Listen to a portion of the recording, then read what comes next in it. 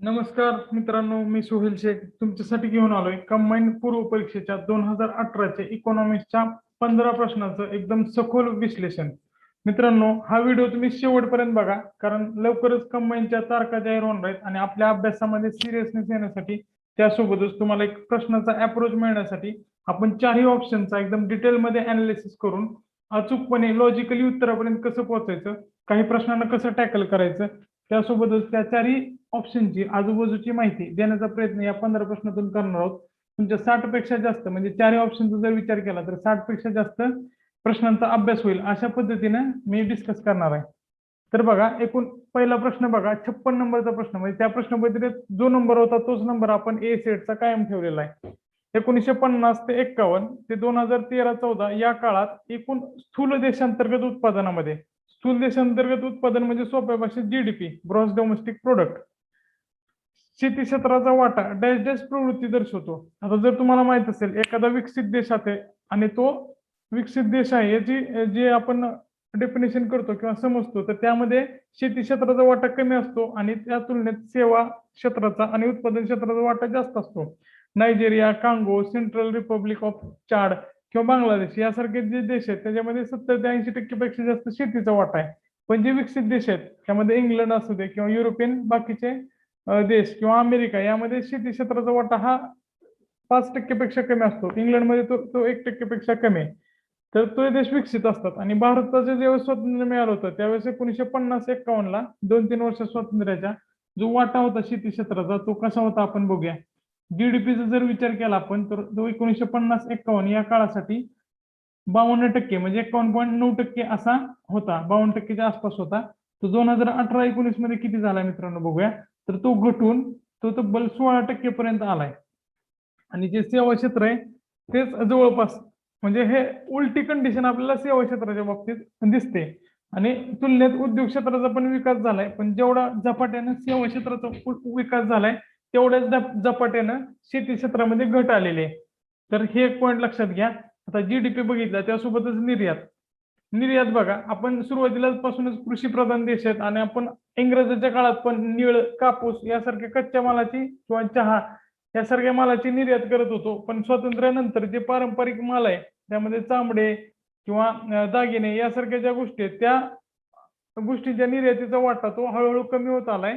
आणि सध्या भारत हा अभियांत्रिकी वस्तू त्यासोबतच पेट्रोलियम म्हणजे आपल्या इथं पेट्रोलियमच्या रिफायनरीची क्षमता एवढी चांगली आहे की आपण कच्चं तेल आयात करतो आणि ते रिफाईन करून परत ते निर्यात पण करतो. त्यामुळे पेट्रोलियम सारखी उत्पादनं सुद्धा आपण मोठ्या प्रमाणात निर्यात करतो. शेती क्षेत्राची जी निर्यात आहे ती 44% घटून तब्बल 11% पर्यंत कमी झालेली आहे. त्यानंतर बघा आपण वर्किंग फोर्स. आता वर्किंग फोर्स म्हणजे काय ते आपण मागच्या व्हिडिओमध्ये जे 2019चं एक्सप्लेनेशन आहे त्यामध्ये तुम्ही बघा. त्यामध्ये मी लेबर फोर्स म्हणजे काय, वर्किंग फोर्स म्हणजे काय, अनएम्प्लॉयमेंट पर्सन म्हणजे काय, या सगळ्या गोष्टींचे डेफिनेशन ग्राफ करून किंवा आकृती काढून दाखवलेले आहेत. तर तिथं तुम्ही बघा. तर जे शेतकऱ्यांचं प्रमाण आहे ते टोटल काम करणारे व्यक्ती म्हणजे वर्किंग फोर्स मध्ये किती आहे, तर ते होतं आधी जवळपास 69.7% आणि ते घटून आता 54% आलंय. म्हणजे फक्त 54% व्यक्ती आहेत हे शेती क्षेत्राशी निगडीत आहेत. त्यामध्ये शेतमजूर आणि शेतकरी या दोन्हीचा पण समावेश होतो. म्हणजे शेतकरी म्हणजे ज्यांच्या मालकीची जमीन आहे त्याला आपण लागवडदार असं सुद्धा म्हणतो. तर त्याचं प्रमाण हे जर बायफर्केशन केलं होतं तर ते लागवडदार होते आधी साधारण 72% आणि 28% शेतमजूर होते. म्हणजे शेतीचे मालक होते 72% आणि 28% शेतमजूर होते. सध्या ही जी संख्या आहे ती एकदम घटून जे लागवडदार आहेत त्यांची संख्या 45% पर्यंतच राहिलेली आहे आणि शेतमजुराची संख्या 55% पर्यंत वाढलेली आहे. म्हणजे बघा, शेतमजूर जे आहेत ते शेतमजूर 55% पर्यंत वाढलेले, म्हणजे शेतमजुरांची संख्या ही लागवडदारापेक्षा जास्त झालेली आहे. लागवडदार 45%. हा एक स्ट्रायकिंग फीचर लक्षात घ्या. आता जर आपण एवढे सगळ्या गोष्टीचा अनालिसिस केल्यानंतर आपल्या आपोआप लक्षात येईल की स्थूल देशांतर्गत उत्पादन म्हणजे जीडीपी मध्ये शेतकऱ्यांचा शेतीचा जो वाटा आहे तो वाटा घटलेला आहे आणि ती घटती प्रवृत्ती दर्शवते. त्यामुळे पर्याय क्रमांक 2 त्याचं उत्तर असेल. आता पुढे बघा, महाराष्ट्र राज्यातील कोकण विभागाला खालील क्षेत्रात शाश्वत तुलनात्मक लाभ आहे. आता शाश्वत तुलनात्मक लाभ हा एक कीवर्ड आहे आणि कोकण विभाग हा एक कीवर्ड आहे. कोकण विभाग म्हणजे पूर्ण महाराष्ट्राचा नकाशा बघायचा आणि त्यामधील हा विभाग बघायचा. त्यामध्ये टॉप टू बॉटमचा विचार करायचा, म्हणजे फक्त मुंबई पुरता किंवा फक्त सिंधुदुर्ग रत्नागिरी रायगड पुरता न विचार करता एक ब्रॉड व्ह्यू ठेवायचा आणि शाश्वत तुलनात्मक लाभ म्हणजे हा पुढे पण मिळत राहणार आहे. तर असा लाभ कुठला आहे तर शेती आणि कृषी प्रक्रिया उद्योग. तुम्हाला माहिती आहे मित्रांनो, शेती जी आहे ती कोकणात ते गुंठ्यामध्ये असते, आपल्याकडे जरी एकरामध्ये असली तरी पण. त्यामुळे तिथे जास्त करून फळबागा किंवा भात एवढंच पीक घेतलं जातं. त्यापेक्षा जास्त प्रक्रिया उद्योग वगैरे मोठ्या प्रमाणात तिथं नाहीत. त्यामुळं हे उत्तर, हे ऑप्शन चुकीचं आहे. वन आणि खनिज संपत्ती. खनिजे ही सिंधुदुर्ग रत्नागिरी या भागात जास्त करून सिंधुदुर्गमध्ये जरी एकवटलेली असली तरी पण उत्तर कोकणात या गोष्टींची कमतरता आहे, म्हणजे खनिज संपत्तीची कमतरता आहे. त्यामुळं हे ऑप्शन सुद्धा कट होईल. आता बघा कापड उद्योग. कापड उद्योग तुम्हाला माहिती आहे दमट वातावरणात चांगल्या प्रमाणे त्याची वाढ होते, म्हणजे मोठ्या प्रमाणात वाढ दमट भागात कापड उद्योगाचे होते. ते सुरत, अहमदाबाद किंवा मुंबई ठिकाणी ते एकवटलेले आहेत. कारण कापसापासून ज्यावेळेस कापड तयार करायचं असेल त्यावेळेस दमट वातावरण फायदेशीर असतं. परंतु हे जे कॉन्सन्ट्रेशन झालेलं आहे ते फक्त मुंबईपुरतं झालेलं आहे. का तर यांना कापूस जो कच्चा माल येतो तो या भागातून आरामात येतो, कारण हा सपाट भाग आहे. परंतु जर खाली जसं जाईल तिथे इथं सह्याद्री आहे आणि सह्याद्रीमुळे जे कापूस पिकवणारा प्रदेश आणि हे कारखाने यापर्यंत वाहतूक व्यवस्थितपणे होऊ शकत नाही. त्यामुळं इथं तुलनात्मक लाभ मिळणार नाही, कारण त्याची नैसर्गिक किंवा जी प्राकृतिक परिस्थिती आहे ती त्या तुलनेत चांगलेली नाही. कारण त्याला जोडणारा जो कच्चा मालाचा प्रदेश आहे तो व्यवस्थितपणे जोडू शकत नाही. त्यामुळं कापड उद्योग पण कट करता येईल आणि उत्तर बघा मत्स्यपालन, फलोत्पादन, पर्यटन येईल. कारण पर्यटन हे टॉप टू बॉटम हे विकसित झालेलं आहे. मुंबईपासून ते सिंधुदुर्गपर्यंत. सिंधुदुर्ग तर पर्यटनाचा जिल्हा म्हणून फेमस आहे. फलोत्पादन म्हणजे तिथं असू दे काजू असू दे किंवा आंबा यासारखे जे फळ आहेत. रत्नागिरी मधील हापूस, पायरी यासारखे आंबे फेमस आहेत. त्यामुळे फलोत्पादन तर आहेच. मत्स्यपालन म्हणजे काय, कोळी बांधव मुंबईपासून ते सिंधुदुर्ग पर्यंत मोठ्या प्रमाणात मत्स्य उत्पादन केलं जातं. तर मासेमारीसाठी हा प्रदेश टॉप टू बॉटम फेमस आहे. त्यामुळे पर्याय क्रमांक 3 फक्त ड असं उत्तर येईल. पुढचा प्रश्न बघा. महाराष्ट्र शासनाने 2013 केळकर समिती अहवाल प्रकाशित माहितीनुसार राज्यातील खालील समाज घटकाची प्राचीन आदिवासी गट म्हणून गणना केलेली आहे. तर प्राचीन आदिवासी गट म्हणजे काय मित्रांनो, तर प्रिमिटिव्ह ट्रायबल ग्रुप. आता प्रिमिटिव्ह म्हणजे प्राचीन, हे शब्द जरा चांगला वाटत नसल्यामुळे जसं आपण जे अपंग आहेत त्यांना आपण काय म्हणतो, दिव्यांग म्हणतो, तसंच त्यांनी प्रिमिटिव्हचं चेंज करून सध्या पीव्हीटी असा शब्द वापरला जातो. ते पीटीची सुरुवात कधी झाली मोजायची तर 1975 ला झाली होती. आता पीटीजी म्हणजे काय, तर असा जो आदिवासी भाग आहे किंवा आदिवासी अशा जाती आहेत की त्या जास्त मागासलेल्या आहेत, जास्त बुजऱ्या आहेत, ते जास्तीत जास्त त्यांचं इंटिग्रेशन झालेलं नाही, विकासाच्या प्रवाहात आलेलं नाहीत आणि त्यांची संस्कृती अजून सुद्धा प्युअर फॉर्म मध्ये म्हणजे ते संस्कृती आपली पाळतात. तर त्यांना प्रवाहात पण आणायचंय, त्यासोबतच त्यांच्या कल्चरचं सुद्धा आपल्याला संरक्षण करायचं आहे. या दोन्ही गोष्टींमध्ये बॅलन्स करून त्यांना विशेष लक्ष दिलं जाईल अशा काहीतरी पीटीजी आपण ठरवल्या होत्या किंवा मोजल्या होत्या. 1975 मध्ये 52च्या आसपास होत्या. त्यानंतर 1993 मध्ये त्यामध्ये वाढ करून 23 अजून जाती ऍड केल्या आणि सध्या पीव्हीटीची संख्या किती आहे तर ती 75 आहे. आणि महाराष्ट्राचा जर विचार केला तर त्यामधील 3 पीव्हीटीजी हे महाराष्ट्रात पण आढळतात. केळकर समितीमध्ये त्याचा पुनरुच्चार केलाय. त्यामध्ये कातकरी माहित असेल मित्रांनो तुम्हाला, रायगड जिल्हा उत्तर कोकणात, रायगड जिल्ह्यात कातकरींचं प्रमाण जास्त आहे. माडियागोंड हे पूर्व विदर्भात माडियागोंड या जमातीचं प्रमाण मोठ्या प्रमाणात आहे. कोलाम, यवतमाळ आणि नांदेड इथं कोलाम जमातीचं प्रमाण जास्त आहे. आणि बिल्ल ही जरी खानदेशामध्ये मोठ्या प्रमाणात आढळणारी जमात असली तरी पण पीव्हीटीजी मध्ये यांचा समावेश होत नाही. त्यामुळे उत्तर फक्त अ, ब, क म्हणजे ABC असं पर्याय क्रमांक 1 येईल. पुढे बघूया 59 नंबरचा प्रश्न. आता यामध्ये यादी दिली. आता हा पूर्णतः लॉजिक वरून सोडायचा आहे मित्रांनो. जर तुम्हाला फॅक्च्युअल डाटा माहित नसेल तर तुम्ही लॉजिक वर सोडू शकता. कसं बघा, त्याच्यामध्ये नाचकुशीय निर्देशक म्हणजे फिजिकल इंडिकेटर दिलेत आणि ब यादीमध्ये दुसऱ्या यादीमध्ये जे बजेट एस्टिमेट असे दिलेले आहेत, म्हणजे किती टोटल जीडीपीच्या टक्केवारीनुसार त्यांचं प्रमाण आहे असं विचारलेलं आहे. तर तुम्हाला माहिती आहे मित्रांनो, राजकोषीय जी तूट असते आणि महसुली तूट असते ह्या डेफिनेशन तुम्ही वाचले असतील. राजकोषीय तूट म्हणजे काय, तर राजकोषीय तूट म्हणजे फिजिकल डेफिसिट. ह्याच्या सूत्रानुसार जर काढले आपण तर महसुली तूट अधिक काय होईल, भांडवली तूट होईल. महसुली तूट म्हणजे काय, भांडवली खर्च वजा भांडवली जमा. आणि भांडवली तूट म्हणजे काय, भांडवली खर्च वजा भांडवली जमा. ह्या दोन्हीची जर बेरीज केली आपल्याला तर राजकोषीय तूट निघते. म्हणजे ह्याचा अर्थ काय, महसुली तूट ही सहसा राजकोषीय तुटीपेक्षा कमी असते. राजकोषीय तूट 3.3 ला जर जोडली तर महसुली तूटला 2.2 असं जोडता येईल. कारण तुम्हाला माहिती आहे तूट हे 3% आसपास असते. ते 10-12% वर गेली ना तर आपली परिस्थिती 1991 सारखी होईल. त्यावेळेस 8च्या आसपासच गेली होती तरी आपल्याला सोनं गहाण ठेवून इकॉनॉमिक क्रायसिस झालं होतं. तर ही 3%च्या आसपास होती, हे लक्षात ठेवा. आता बघा, स्थूल राष्ट्रीय उत्पादनाच्या स्थूल कर महसूल प्रमाण म्हणजे gross tax revenue as percentage of GDP, त्याला टॅक्स जीडीपी रेशो असं थोडक्यात म्हटलं जातं. म्हणजे काय, तर आपला देश 100 रुपये जीडीपीतून जमा होत असेल किंवा उत्पादित करत असेल, देशामधील टोटल उत्पादन 100 रुपयाचं असेल तर त्यापैकी किती रुपये सरकारकडे टॅक्सच्या स्वरूपात जमा होतात, ह्याला म्हणायचं कर जीडीपी प्रमाण. आता हे प्रमाण असतं ते ऍव्हरेज 12%च्या आसपास असतं कायम. तुम्ही बघा कुठली पण यादी घ्या, कुठल्या पण वर्षाचं बजेटमध्ये बघा, ते 12%च्या प्लस मायनस 2-3 असतं. तर त्याला जोडी 12%च्या आसपास असणारी फक्त एकच आहे, 12.1. आणि आता क ला बघा, वर्षाखेरीस एकूण थकबाकी किती येतात म्हणजे लायबिलिटीज किती आहेत, म्हणजे कर्ज किती आहे ते त्यावेळेस 2018-19 मध्ये. तर आता ह्याच्यासाठी जोडी बघितली आपण. आता शेवटची क साठी काय जोडतंय बघूया. हे जोड्या आपण लावल्या होत्या ऑलरेडी. आता कर्ज म्हणजे काय, तर कर्जाचं प्रमाण हे त्यावेळेस 48.8% होते. पण जर आपण 2020-21 ची आकडेवारी जर बघितली तर 2021 मध्ये हे प्रमाण 73% पर्यंत वाढलंय मित्रांनो. का, तर ह्याच्यासाठी कोरोना जास्त जबाबदार आहे.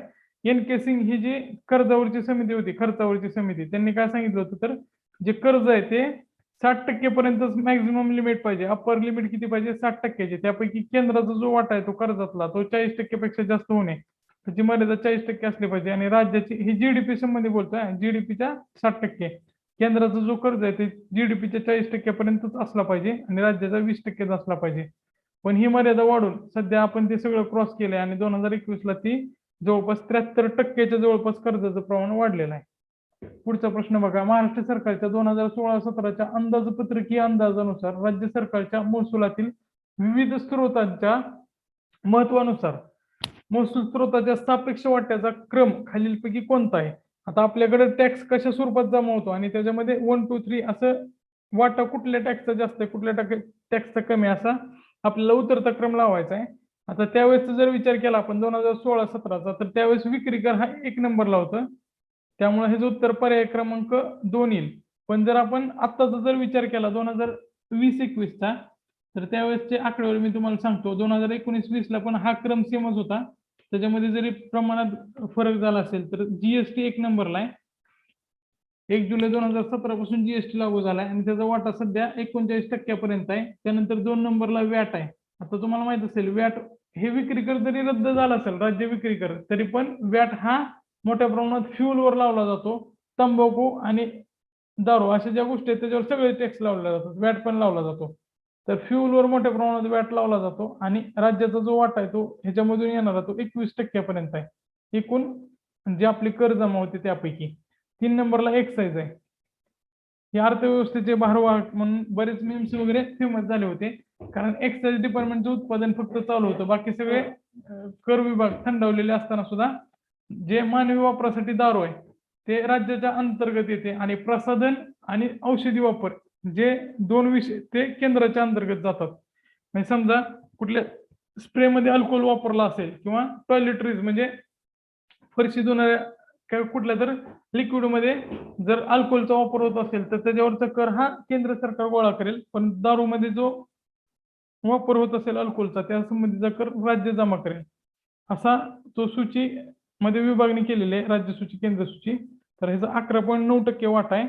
मुद्रांक शुल्क 4 नंबरला येतं. त्याला प्रॉपर्टी ट्रान्झॅक्शन टॅक्स असं सुद्धा म्हटलं जातं. मुद्रांक शुल्काचा वाटा 11.2% आहे मित्रांनो. आणि 5 नंबरला वाहन कर येतं. वाहन करचा वाटा 5%. तर हा क्रमवारी लक्षात ठेवा, याचा स्क्रीनशॉट काढा जेणेकरून तुम्हाला परत कुठल्याही परीक्षेला विचारलं तर अंदाज लावता येईल किंवा उत्तर देता येईल. लोकसंख्या संक्रमण सिद्धांतानुसार दुसऱ्या टप्प्यामध्ये लोकसंख्या वेगाने वाढते. आता ह्याच्यामध्ये ऑप्शन दिले, आपण आधी टप्पे बघूया कशा प्रकारचे आहेत. मी तुम्हाला वेगवेगळ्या कलर मध्ये दाखवतो. आपण ग्रीन कलरने जन्मदर दाखवूया. आता हा जो मांडला होता ना सिद्धांत, तो 3 टप्प्याचा आणि 5 टप्प्याचा असा आहे. 3 टप्प्याचा तो नाईन्स्टाईन आणि कोल यांनी मांडला होता आणि 5 टप्प्याचा जो सिद्धांत आहे ना तो ब्लॅकलर यांनी मांडला होता. हे लक्षात घ्या. 3 टप्प्याचा नाईन्स्टाईन आणि कोल, 5 टप्प्याचा कुणी मांडला होता? ब्लॅकलर यांनी मांडला होता. तर आता बघा आपण ह्याच्यामध्ये विभागणी करूया. त्यांनी काय सांगितलं होतं, की सुरुवातीला जर आपण ग्राफ जर काढला तर जन्मदरांचा आधी काढूया, त्यानंतर मृत्यूदर काढूया. जन्मदर आपण ग्रीन न दर्शवूया. सुरुवातीच्या टप्प्यात जन्मदर हे जास्त असतं आणि काही काळानंतर ते कमी कमी होत जातं. पण ते तुलनेत एवढ्या प्रमाणात कमी होत नाही. त्याची जी कमी होण्याची गती असते ती कमी असते. पण ते कमी होण्याच्या दिशेने जातं. त्यानंतर मृत्यूदराच्या विषयी त्यांनी काय सांगितलं, की जन्मदर आणि मृत्यूदर हे जवळपासच असतात. जवळपास असतात पहिल्या टप्प्यात. परंतु काही वेळानंतर ते सडन खाली घसरतात. म्हणजे ज्यावेळेस औद्योगिक विकास होतो, मोठ्या प्रमाणात औषधोपचार किंवा हॉस्पिटलची संख्या वाढते, त्यावेळेस मृत्यूदर एकदम वेगाने खाली जातो. आता मृत्यूदर कमी होण्यासाठी नैसर्गिक कारणे आहेत. कारण लोकांना जगण्याची इच्छा असते आणि जगणे ही नैसर्गिक एक आकांक्षा आहे. त्यामुळं मोठ्या प्रमाणात मृत्यूदर कमी झाला. पण तुलनेत जन्मदर कमी करण्यासाठी एक्स्ट्रा प्रयत्न केले जातात. कुटुंब नियोजन साधने वापरावे लागतात. त्यासोबतच सामाजिक ज्या धारणा आहेत, ह्या जन्मदर कमी करण्याच्या विरोधात आहेत. त्यामुळे जन्मदर कमी होण्यासाठी कसा उशीर लागतो आणि परत काही वेळानंतर जन्मदर आणि मृत्यूदर जसं पहिल्या टप्प्यात होते ते जवळ-जवळ जायला सुरुवात होते दोन्हीला पण. आणि हा जो टप्पा असतो तो स्थिरीकरणाचा असतो. आणि हे जे विभाग केलेत ते आपण नैसर्गिक ग्रोथ रेट बघूया कशी असते. ते आपण दुसऱ्या कलरनं दाखवूया. आता हे नैसर्गिक ग्रोथ रेट बघा. पहिल्या टप्प्यात काय असतं जन्मदर, मृत्यूदर दोन्ही पण जास्त असल्यामुळं टोटल जी वाढ होणारी लोकांची आहे ती कमीच असणार आहे. त्यामुळे जन्मदर, मृत्यूदरच्या परिणामामुळे लोकसंख्या वाढ ही स्थिरच असते. परंतु दुसऱ्या टप्प्यात काय होतं, जन्मदर तुलनेने कमी प्रमाणात कमी होतं आणि मृत्यूदर एकदम वेगाने कमी होतं. त्यामुळे जी लोकसंख्या वाढ होते ती एकदम वेगात व्हायला चालू होते. म्हणजे स्टीप कर्व्ह दिसतो इथून. असा जो कर्व्ह आहे ना, तो स्टीप वाढत, वाढत जातो वर. एकदम एक्सप्लोजन होतं, पॉप्युलेशन एक्सप्लोजन होतं त्याचं. आणि परत जे पुढचा जो तिसरा टप्पा आहे, त्यामध्ये जन्मदर आणि मृत्यूदर हे जे ग्राफ सुद्धा जवळ-जवळ यायला लागतात आणि काही काळानंतर हा सुद्धा दर कमी व्हायला लागतो. म्हणजे जसं आता जर्मनीसारख्या देशात होतंय. आता ह्याच्यामध्ये टप्पे त्यांनी पाडलेत आणि टप्प्याचं आपण वैशिष्ट्य बघूया. जो हा पहिला टप्पा आहे, त्याच्यामध्ये जन्मदर आणि मृत्यूदर दोन्ही जास्त असतात आणि नैसर्गिक वृद्धी दर आहे, तो स्टेबल असतो. म्हणजे नैसर्गिक वृद्धी दर स्थिर असतो. लोकसंख्या स्थिर गतीने वाढते.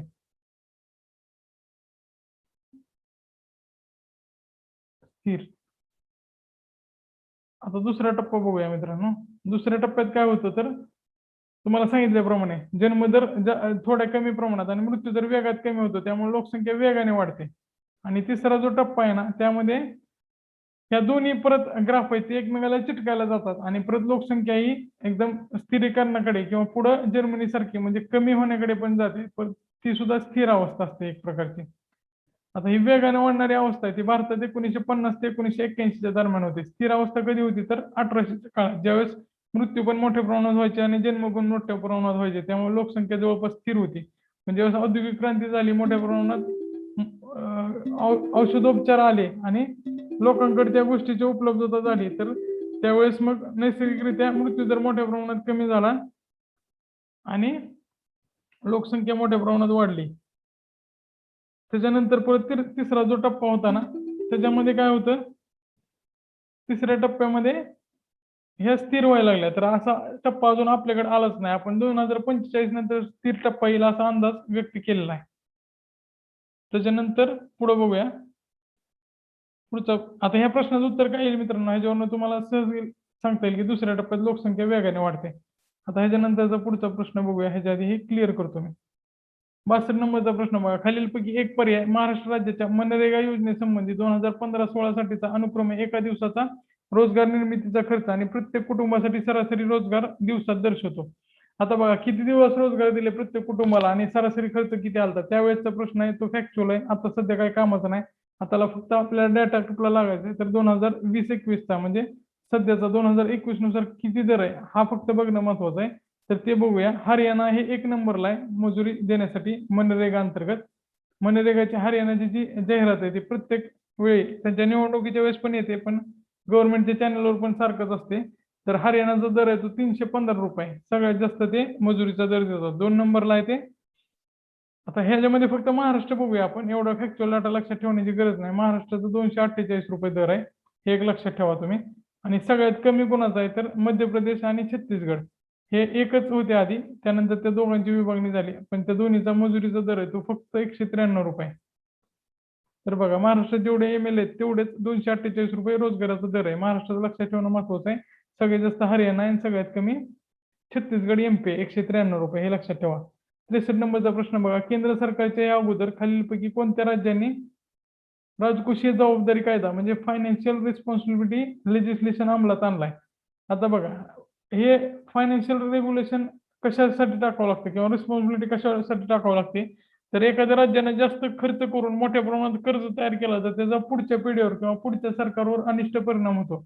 समजा मी 10,000 रुपये कमवत असेल आणि 2,000 रुपये एक्स्ट्रा खर्च म्हणजे 12,000 रुपये खर्च करत असेल, तर माझं जे डेप्रिशिएट आहे ते 2,000 रुपयाचं होणार आहे आणि हे कर्ज वाढत गेलं तर भविष्यात मला प्रॉब्लेम येणार आहे. तसंच आपल्या देशाचं पण असतं. समजा 10 लाख कोटी रुपये देशाचं उत्पन्न असेल, करातून मिळणार आहे आणि 12 लाख कोटी जर खर्च होत असेल तर ते 2 लाख कोटीपर्यंत त्याचा डेप्रिशिएट झाला आणि हे डेप्रिशिएट पुढच्या काळात धोकादायक असते.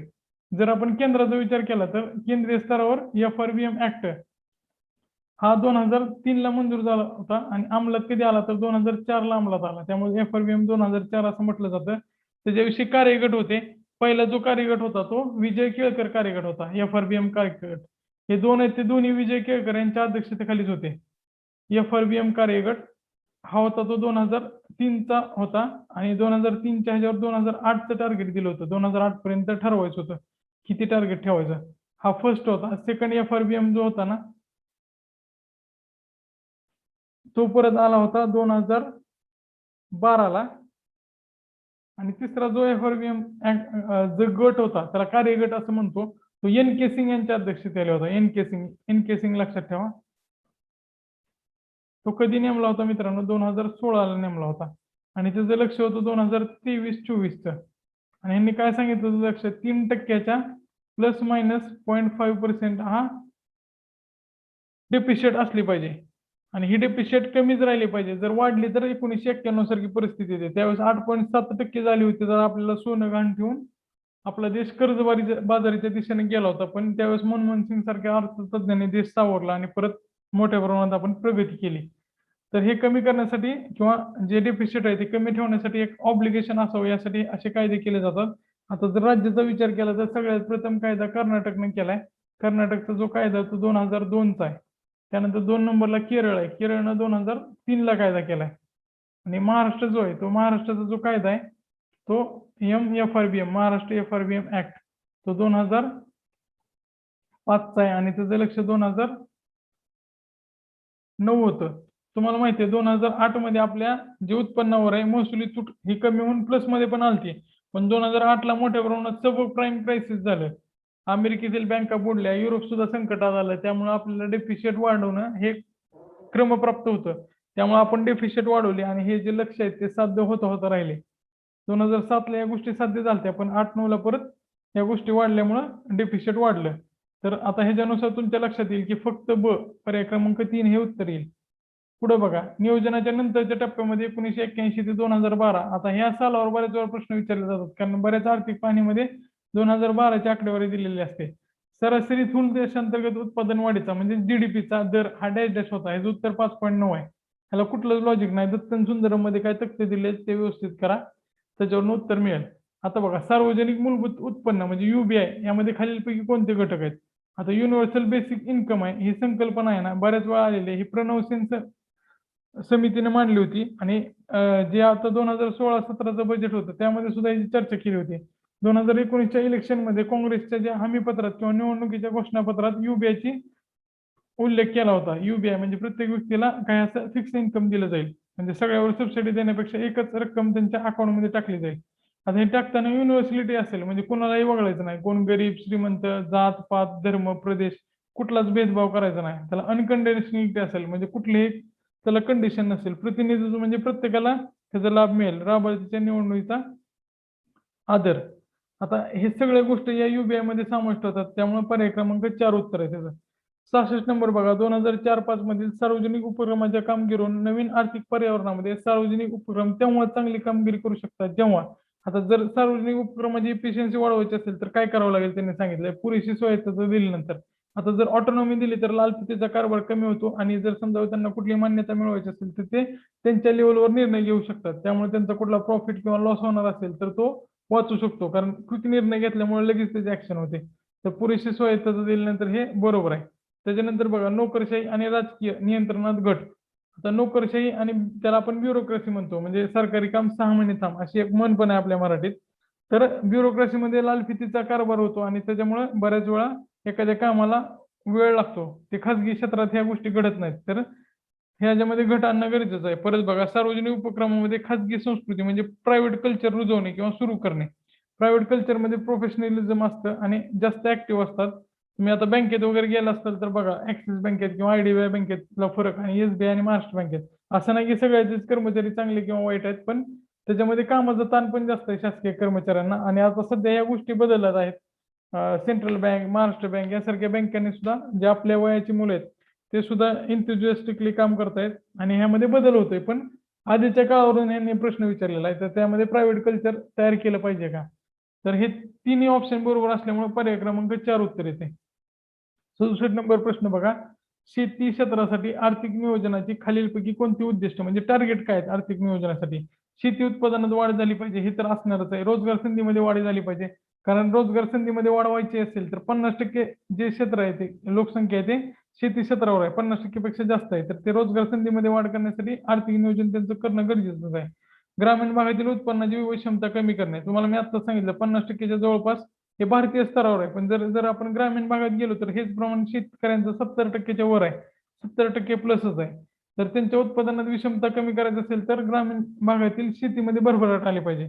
जेणेकरून लोकांचं उत्पादन वाढेल आणि त्यांच्यामधील विषमता सुद्धा कमी होईल. त्यामुळे हे सुद्धा बरोबर आहे. त्याचं उत्तर पर्याय क्रमांक 4 येईल. 68 नंबर प्रश्न बघा. आता ह्याच्यामध्ये तुम्हाला एक स्कीमची थोडीफार माहिती सांगतो मी आणि त्याच्यानंतर आपण जोड्या जुळव्या. प्रधानमंत्री मुद्रा योजना आहे. तुम्हाला माहित असेल ती कधी आली होती? एप्रिल 2015 ला आली होती. आणि ह्याच्यामध्ये ही योजनेचं सुरू करण्याचं कारण काय होतं? तर आपलं जे प्राथमिक क्षेत्र आहे ह्याच्यामध्ये मोठ्या प्रमाणात आधी लोकसंख्या गुंतलेली होती आणि त्याला ट्रान्सफर करायचं होतं. त्यासोबत जीडीपी मध्ये वाटा सुद्धा आधी प्राथमिक क्षेत्राचा जास्त होता. तो कशा टप्प्याने जायला पाहिजे? नैसर्गिकरित्या प्राथमिक द्वितीयक मध्ये वाढलं पाहिजे आणि परत तृतीयकचा असा जो ट्रान्झिशन आहे ते तसं झालं पाहिजे. पण भारतात काय झालं तर डायरेक्ट तृतीयक मध्ये गेलं आणि द्वितीय क्षेत्र हे गाळलं गेलं. आता हे द्वितीय क्षेत्र जे सेकंडरी सेक्टर आहे त्यामध्ये मोठ्या प्रमाणात उद्योगाचा समावेश होतो आणि उद्योग हे असं क्षेत्र आहे ते जास्तीत जास्त लोकांना ऍब्सॉर्ब करून घेतं आणि जास्तीत जास्त रोजगार उपलब्ध करून देतं. पण आपले उद्योग क्षेत्रच गाळल्यामुळे काय झालं तर जे रोजगारासंबंधीचा जो मोठा गॅप आहे तो तयार झाला, बेरोजगारी वाढली आणि उत्पादन क्षेत्र जर चांगलं असेल तर आपण बरेच देशातले मार्केट सुद्धा कॅप्चर करू शकू. कारण आपल्या सध्या डेमोग्राफिक डिव्हिडंडकडे वाटचाल होते. 2026 ला 68.4% पर्यंत लोकसंख्या आपली तरुण असेल. त्यासाठी स्किल इंडिया सारखी किंवा मेक इन इंडिया सारखे उपक्रम आपण 2014 ला चालू केले आणि 2015 ला एक प्रधानमंत्री मुद्रा योजना आणली होती. ती अशा व्यवसायासाठी होती की ज्यांच्याकडे भांडवल कमी असल्यामुळे ते व्यवसायात एक्सपान्शन करू शकत नाही किंवा इनोव्हेशन आणू शकत नाही आणि ते त्यामध्ये अडकून पडतात. तर एप्रिल 2015 मध्ये आलेल्या योजनेमध्ये 3 गट केले होते: शिशु, किशोर आणि तरुण. आता शिशुमध्ये काय तरतूद होती तर जे नवीन स्थापन होणारे उद्योग आहेत त्यांना 50,000 पर्यंत कर्ज द्यायचे. व्यवसाय असतील त्यांना 50,000 पर्यंत कर्ज द्यायचं. किशोरमध्ये असे व्यवसाय ते आधीच स्थापन झालेले आहेत आणि ते थोड्या प्रमाणात स्टेबल पण आहेत, पण त्यांना अजून भांडवलाची गरज आहे. यांना 5 लाखापर्यंत कर्ज द्यायचं म्हणजे 50K ते 5 लाखापर्यंत, 50K ते 5 लाख. तरुण गटात काय येतील तर ऑलरेडी स्थापन झालेले आहेत, बऱ्यापैकी एस्टॅब्लिश आहेत, पण त्यांना एक्सपान्शन करायचं आहे. तर त्यासाठी 5 लाख ते 10 लाखापर्यंत कर्ज या उद्योगांना द्यायचं अशी तरतूद मुद्रा योजनामध्ये होती. त्यानंतर पुढची योजना बघूया, सौभाग्य योजना. आता सौभाग्य योजनेचं घोषवाक्य काय आहे? तर सहज बिजली हर घर योजना म्हणजे प्रत्येक घरात वीज पोहोचवणे हे जे टार्गेट आहे. ही सुरुवात झाली होती 25 सप्टेंबर 2017 ला आणि हे पूर्ण करायचं होतं यांना 31 ऑक्टोबर 2018 पर्यंत पूर्ण ध्येय प्रत्येक घरापर्यंत वीज पोहोचवायची होती. आणि समजा कुठल्या देशातल्या एका भागापर्यंत जर तारा गेल्या नसतील किंवा तर ग्रीड पोहोचलेलं नसेल, लाईटीचे खांब नसतील तर त्यांना आपण सौर ऊर्जेवर चालणारं एक सेट दिलं जाईल आणि त्या किटनुसार त्यांच्या घरात वीज, पंखा त्यासोबत मोबाईल चार्जर अशी सगळी व्यवस्था केली जाईल. आता सौभाग्य योजना जी आहे ना ती ग्रामीण आणि शहरी दोन्ही भागात पण राबवली जाते. त्याच्या आधीची जी योजना होती दीनदयाल उपाध्याय ग्रामज्योती योजना ती खेड्यांना वीज पुरवण्यासाठी होती, म्हणजे प्रत्येक खेड्यापर्यंत वीज पोहोचवणे. ती फक्त ग्रामीण भागासाठी होती. पण सौभाग्य योजना होती ती ग्रामीण आणि शहरी भागातील प्रत्येक घरापर्यंत वीज पोहोचवणे यासाठी होती. आणि ह्याचे जे लाभार्थी ते सोशल आणि economic census, social economic caste census जी 2011 मध्ये झाली होती आणि 2013 मध्ये जाहीर केली होती त्याच्यावरून निवडले गेले होते. त्यानंतर बघा प्रधानमंत्री उज्ज्वला योजना. आता ही जी उज्ज्वला योजना आली होती ना, ती कधी आली होती मित्रांनो, तर 1 मे 2016 आली होती. ही पेट्रोलियम मंत्रालयाच्या अंतर्गत होती योजना आणि या योजनेचं वैशिष्ट्य काय होतं, तर सुरुवातीला 5.5 कोटी लोकांना गॅस सिलेंडरची जोडणी द्यायची असं ठरवलं होतं.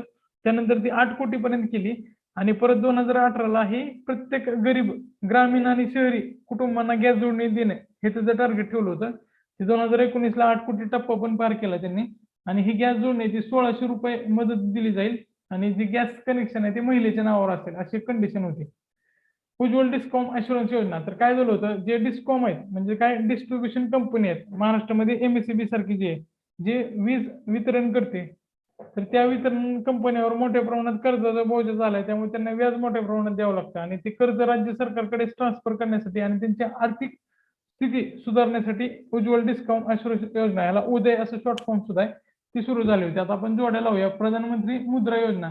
मुद्रा योजना काय, सूक्ष्म उद्योगांना पुनर्वित्त पुरवठा. सौभाग्य योजना काय, तर आता सांगितल्याप्रमाणे सार्वत्रिक घरगुती विद्युतीकरण करणे. प्रधानमंत्री उज्ज्वला योजना. उज्ज्वला योजना पेट्रोलियम मंत्रालयाचे दारिद्र्य रेषेखालील कुटुंबांना एलपीजी जोडणे. दारिद्र्यापेक्षा गरीब लिहिलं असतं तर जास्त योग्य राहिलं असतं, कारण बीपीएलच्या ऐवजी एसईसीसी मधनं आपण लाभार्थी निवडतोय सामाजिक आणि आर्थिक जातीय जनगणनेमधून. उदय. उदय योजना काय, वीज वितरण कंपन्यांचे आर्थिक आरोग्य सुधारणे. ड मधचं उत्तर आहे 2 वरचं 4 असं पर्याय क्रमांक 3 उत्तर दिलं. 71 प्रश्न बघा. ज्यांचा डिप्रेशन रेट म्हणजे नागवणूक दर हा 0.5% पेक्षा कमी आहे असे कुटुंब अनेक अंगाने गरीब असतात. आता मल्टी डायमेन्शनल पॉवर्टी विषयी प्रश्न विचारलाय. तुम्हाला माहित असेल UNDP ने HPI सुरू केला होता 1997 ला आणि त्याच्याऐवजी 2010 ला आपण काय म्हणजे UNDP काय मोजायला सुरुवात केली त्यांनी, तर MPI मोजायला सुरुवात केली. आता MPI मध्ये काय असतात, तर 3 डायमेन्शन आणि 10 इंडिकेटर असतात. काय असतात मित्रांनो, 3 डायमेन्शन आणि 10 इंडिकेटर असतात. तर 3 डायमेन्शन कुठले कुठले आहेत, तर पहिलं बघा, पहिलं डायमेन्शन बघूया आपण. हेल्थ म्हणजे आरोग्य, ह्याला 1/3 भार दिलाय. त्यामध्ये आपण काय काय मोजतो, तर पोषण आणि बालमृत्यू मोजले जातात. 1/3. आता हे रोमन लिपीमध्ये लिहितोय कारण हे इंडिकेटर आहेत. हे जे मोठ्या आकड्याने लिहितोय ते डायमेन्शन आहेत. डायमेन्शनच्या आतमध्ये 2 इंडिकेटर आहेत. त्यांना 1/6 असा भार दिला. 1/3 मग केलं तर 1/6 म्हणजे 1/6 1/6 असं येतं. त्यानंतर दुसरं जो डायमेन्शन आहे तो शिक्षणासंबंधित आहे. शिक्षणासंबंधी इयर ऑफ स्कूलिंग आणि स्कूल अटेंडन्स म्हणजे काय, शाळेतील शिक्षणातील वर्षे म्हणजे शिक्षणाची वर्षे, त्यासोबतच उपस्थिती म्हणजे अटेंडन्स, या दोन्हीवर भार दिला जात आहे. असे 2 इंडिकेटर आहेत.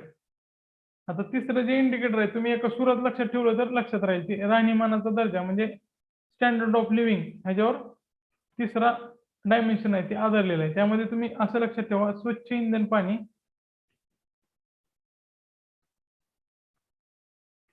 वीज, फरशी, मालमत्ता.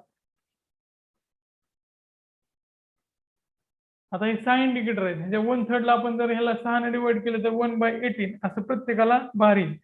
ह्याचा सगळ्यांचा स्कोर काढला जातो आणि हा स्कोर ज्यांचा 20 पॉईंट, आता त्यांनी कसे भाग केलेत बघा. 0 ते 20 ज्यांचा आहे त्याला काय म्हणायचं आपण, म्हणजे तो मल्टी डायमेन्शनल पॉवर नाही, नो किंवा नो ऑर लेस असं येईल. लेस MPI म्हणजे लेस मल्टी डायमेन्शनली पुअर आहे. ते जर आपण पुढे नेलं 20% ते 33% पेक्षा जास्त त्याच्यामध्ये कमतरता असेल किंवा डिप्लॉइड असेल तर काय, तो वल्नरेबल आहे. वल्नरेबल म्हणजे काय, तो बाउंड्रीवर आहे. म्हणजे आज ना उद्या तो ढकलला जाऊ शकतो आणि मल्टी डायमेन्शनली पुअर होऊ शकतो म्हणजे डिप्लॉइड होऊ शकतो. डिप्लॉइड साठी निकष काय, तर 33.33 ते 50% ह्याच्यामध्ये जर आला तर तो डिप्लॉइड मध्ये जाणार आहे. आणि 50% पेक्षा जास्त असेल तर तो अति गंभीर म्हणजे सिव्हिअरली डिप्लॉइड या कॅटेगरीमध्ये जाईल. तर बघा आपल्याला काय विचारलंय त्यांनी, मल्टी डायमेन्शनली पुअर विचारले तर 33.33% पेक्षा जास्त जर त्यामध्ये या निर्देशांकाची किंवा या स्कोर कमी असेल तर त्याला आपण मल्टी डायमेन्शनली पुअर किंवा MPI मध्ये त्याची मोजणी करतो. 70 नंबरचा प्रश्न बघा. मौद्रिक धोरण म्हणजे असे नियामक धोरण की ज्याद्वारे केंद्रीय बँक त्या देशावर आपले नियंत्रण ठेवते. आता केंद्रीय बँक म्हणजे आपल्या संबंधी RBI किंवा जी त्या देशाची फेडरल बँक असेल. मौद्रिक धोरण म्हणजे मॉनिटरी पॉलिसी. मॉनिटरी पॉलिसी कशासाठी असते, तर पैशाच्या पुरवठ्यावर नियंत्रण ठेवण्यासाठी. ह्याच्यामध्ये रेपो, बँक रेट नुसार आपण पैशाच्या पुरवठ्यावर नियंत्रण ठेवतो. सार्वजनिक खर्च आणि कर महसूल हे दोन्हीचा समावेश फिस्कल पॉलिसीमध्ये होतो. आणि फिस्कल पॉलिसी माहिती आहे मित्रांनो कोण राबवतं, हे तर गव्हर्नमेंट राबवतं. जे शासन आहे हे फिजिकल पॉलिसी राबवतं. तर ह्याचं उत्तर काय येईल? तर केंद्रीय बँक पैशाच्या पुरवठ्यावर मैत्रिक धोरणानुसार नियंत्रण ठेवते. पर्याय क्रमांक 2 असं त्याचं उत्तर आहे. मित्रांनो, हा व्हिडिओ तुम्ही जास्तीत जास्त शेअर करा, तुमच्या मित्रांना पाठवा. आता काही दिवसातच आपल्या तारखा पण जाहीर होतील. त्याच्या आधी तुम्ही हे सगळे व्हिडिओ बघून घ्या. प्लेलिस्ट मध्ये अजून बाकीचे व्हिडिओ दिलेले आहेत, ते पण बघा. सगळ्यांना परीक्षेसाठी शुभेच्छा. धन्यवाद.